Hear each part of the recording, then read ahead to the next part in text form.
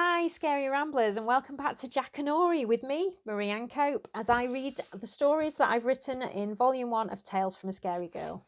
We're sort of over halfway through these now. I don't know whether you've listened to all of them, but we're at the 7th story. Again, it's a supernatural one, and this one is called In Memory Of. Stay on the path. Whatever you do, don't go on the moors. It's a line I'd heard so often whilst growing up. A line immortalised in An American Werewolf in London. A line I'd got so sick of hearing as a child that I never thought I'd forget it. But I did.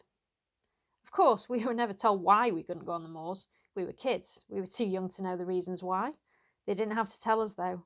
Our rampant imaginations were enough to keep us away. But when we reached puberty, everything that adults said was bullshit. It was as if we lived on different planets and spoke a different language. We never thought we needed to remember anything they said. Well, until that night, anyway. I shudder as I remember that night. People said I'd been lucky.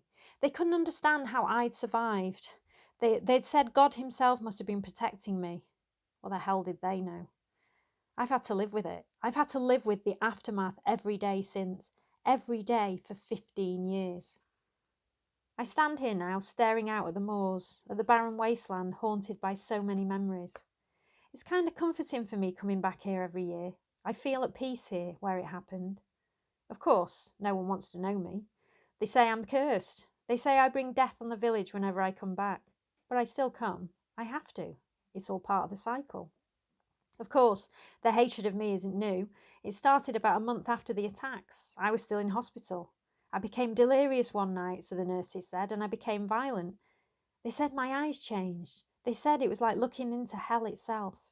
They said I became uncontrollable, so much so that they had to restrain me, had to sedate me. I don't remember. After that, things changed. It's getting dark, the fog settling over the moors, the wind rippling through my hair. It won't be long now. Soon they will come, and it will happen again, just like it did then. I remember back to that night, and I shudder. How was I to know how it would change me? My dad had called us the Witches of Eastwick. I was the quiet blonde, Ali was the sultry brunette, and Ginny was the seductive redhead. We'd been inseparable, and we were always giggling and whispering, hence our nickname. We did everything together, and we were known around the village as the Witches. Wherever one of us was, then so were the other two.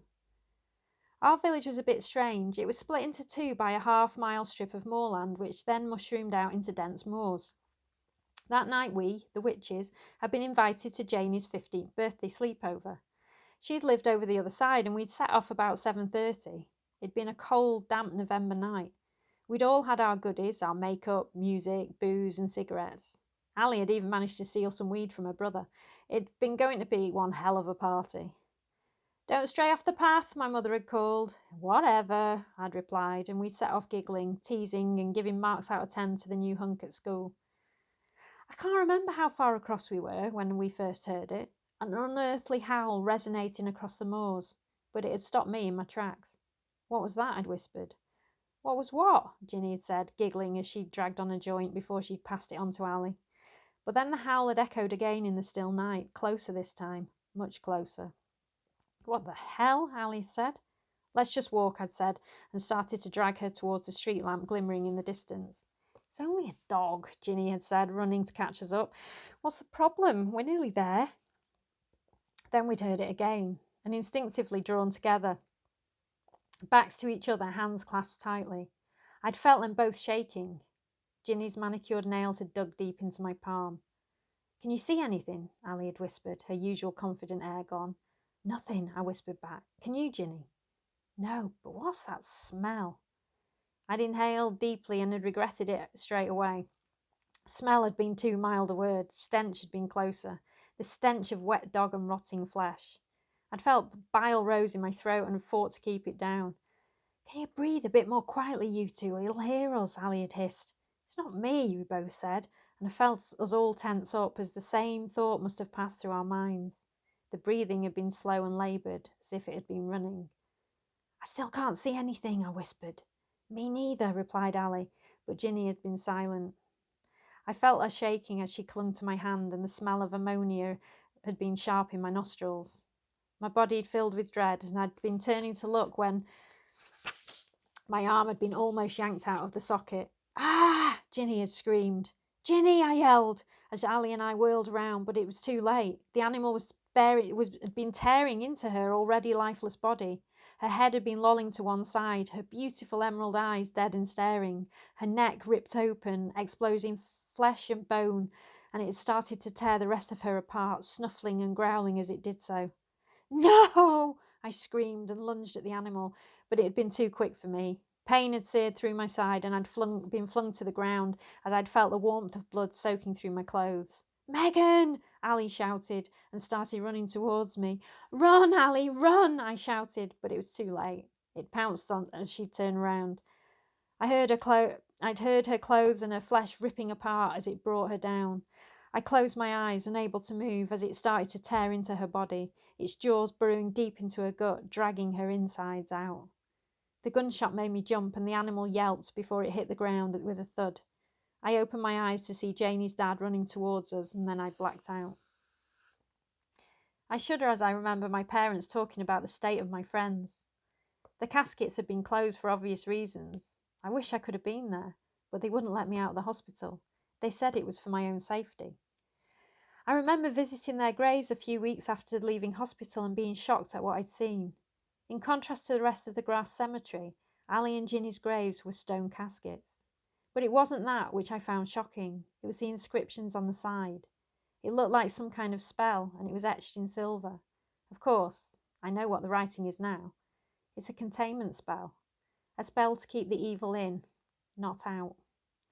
It took me 5 years to find that out, and I had to go through many people to do so. But at least then I knew. I knew what had happened that night, and I knew what the rest of my life would be like. For a while after the attacks, things had been okay, and I truly believed that life would return to normal. People had been nice to me, but had refused to talk about what had happened. Then one day it had changed. That was the night I'd become delirious and violent. Ever since then, doors had been closed to me. Not a soul crossed my path, and even my parents made themselves scarce. Eventually, I'd moved away, to start afresh when no one knew me, and more importantly, when no one knew what had happened to me.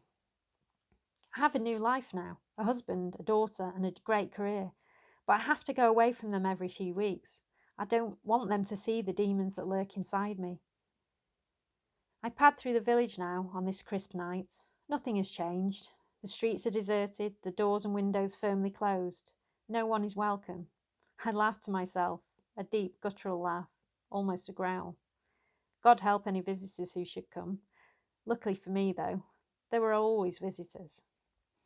I wander back to the moors, to that place. I stretch to loosen myself up and sit down to wait. I turn and stare up at the moon, ripe and full, and a guttural howl erupts from inside me, resonating across the deserted moors. So there you go. My ode to an American werewolf in London, I suppose we could say. So that's the latest in the tales I'm reading you from Tales from a Scary Girl. Next time I will be reading a story that all the ladies like. It's probably the darkest thing I've written to date when I publish this, and we'll see what you think of it anyway. It's something a bit different to the others that I've read. But until then, you'll just have to wonder. So take care of yourselves, and I'll catch you next time.